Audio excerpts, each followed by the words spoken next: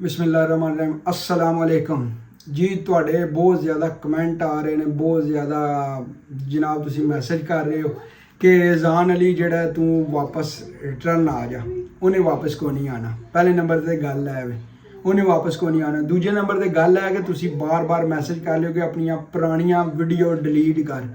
ਉਹਨੂੰ मैं नहीं डिलीट करन देंदा पिया। क्यों? वजह की है?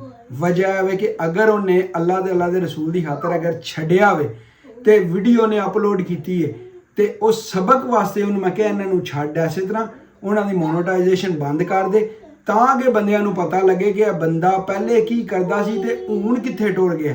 पहले कई दियां वीडियो बनाता सी ते हुण कई दियां बनाता पिया। शायद तुसी मेरे नाल इतफाक इस गल ते ना करो, लेकिन मैं अपने माइंड ने सोचा कि अगर उन्हें छड्या मिसाल कायम होनी चाहिए ना, एक मिसाल कायम होनी चाहिए कि लिहाजा बंदियां नूं पता लगे कि यह बंदा वेखो पहले कई दियां वीडियो बनाता सी, जो भी करता सी हर ऐडियां बुरियां नहीं सी बनाता। वो तो चलो उन्हें छड़ छड़िया कि ऐड जेडे आते हैं उन्होंने उत्ते जी तुहानूं पता है हुण असीं यूरोप विच रहिंदे आ, इत्थे ऐड बड़े अजीब जे आते हैं। उस तो बाद शराब के होंदे ने, अल्कोहल के होंदे ने, उस तो बाद बड़े डर्टी टाइप होंदे ने ते उन्हां दी वजह तो उन्हां दे जेडे पैसे आउंदे सो कहंदा हराम ने।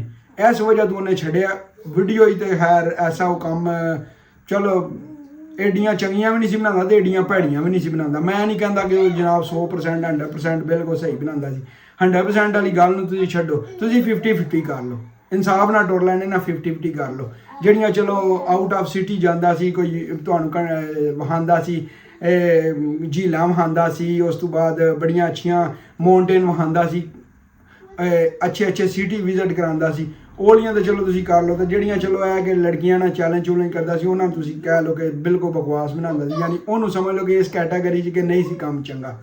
चलो ठीक है, अल्लाह पाक ने उन्होंने हदायत दी और आए रास्ते आया तो मैं बिल्कुल उन्होंने एप्रीशिएट करना वा, ਉਹਦੇ ਨਾਲ बिल्कुल मुतफिका तौर पर ਉਹਦੇ ਨਾਲ खड़ा वा। तो तुसी कह रहे हो कि जी वो बेईमानी कर रहा है, वीडियो डिलीट नहीं कर रहा, इन्हें वापस आना है, ट्रिक के है व्यू लैन दा इंज उंज। बस अल्लाह दे बंदे वो ट्रिक लैने होंदे ते सानू होर बड़े तरीके आउंदे ने। कुछ लिखते बने कंटेंट खत्म हो गया, कंटेंट भी नहीं खत्म होया। अल्लाह दे बंदे वो कंटेंट कितों खत्म हो सकता है? जे असी जीरो तो स्टार्ट हो गए इत्थों तक आ सकते तो कि असी अगे नहीं जा सकते। ठीक है, उन्हें छड़ छड़िया, अच्छी गल है, वो इस चीज़ तो पिछे हट गया। डिलीट मैं नहीं करने का रीजन तो दस छड़िया, हूँ पता नहीं तुम मेरे नाल मुतफिक है हो गया इस गल नाल नहीं है। तो लिहाजा जोड़ा ना अच्छियां गल्लां बंदे कहते कि इस्लामी वीडियो चाढ़ लै, इस्लामी मौजू के उत्ते इस्लामी टापी के उत्ते वीडियो बना लै, लेकिन है वो कहता मैं इस फील्ड तो पिछे हट गया। बिल्कुल उन्हें हूँ बिल्कुल तो नज़र नहीं आ लगा, अगर शायद नज़र भी आएगा जनाब दाड़ी शाड़ी रखी हो शरीफ आदमी एंड पूरा तो जनाब नज़र आएगा। मैं झूठ भावें बोलता हूँ नहीं क्या ध्यान जी कि मैं बिल्कुल सही हो गया। नमाज ऑलरेडी 5 टाइम की पहले ही पढ़ता सी, कुरान पाक ऑलरेडी डेली पढ़ता सी, तो लेकिन है सी तो अभी उन्हें खत्म कर छड़िया। तो जे अगर किसी अच्छी लोकेशन ते बाहर किसी जगह ते गया, मैं गया बजाते खुद, जाच मैनू कोई नहीं है, वीडियो बनाने का तरीकाकार मैनू कोई नहीं है।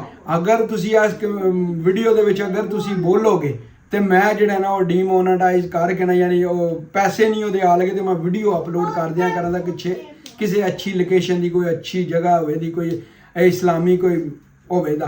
तो ज़ाहिर मैं तो कुड़ियां ना चैलेंज करने को नहीं, क्योंकि अगे वेखो मेरे सिर का की हाल है तो काम मेरा निकल जाना जे मैं कुड़ियां वाले पासे गया तो वो जी रोटी लभदी है ना दाल नाल वो भी नहीं लभनी। बात तो सही है। तो बकाया हूँ तुसी दस्यो तो जनाब बड़ी मदद है इस चीज़ नाल कि बड़े बंदे भी कमेंट किए हैं कि असी बड़े सैड हाँ, बड़ी सानू तकलीफ है कि ज़ान अली तू ना जा वापस आ जा। उन्हें वापस कोई नहीं आना, ये तो मैं दस दियाँ यार। वो अपनी पंजाबी की गल है, वो की कहते लोहे ते लीक है, उन्हें लोहे ते लीक मार छड़ी, वो नहीं आता हूँ वापस।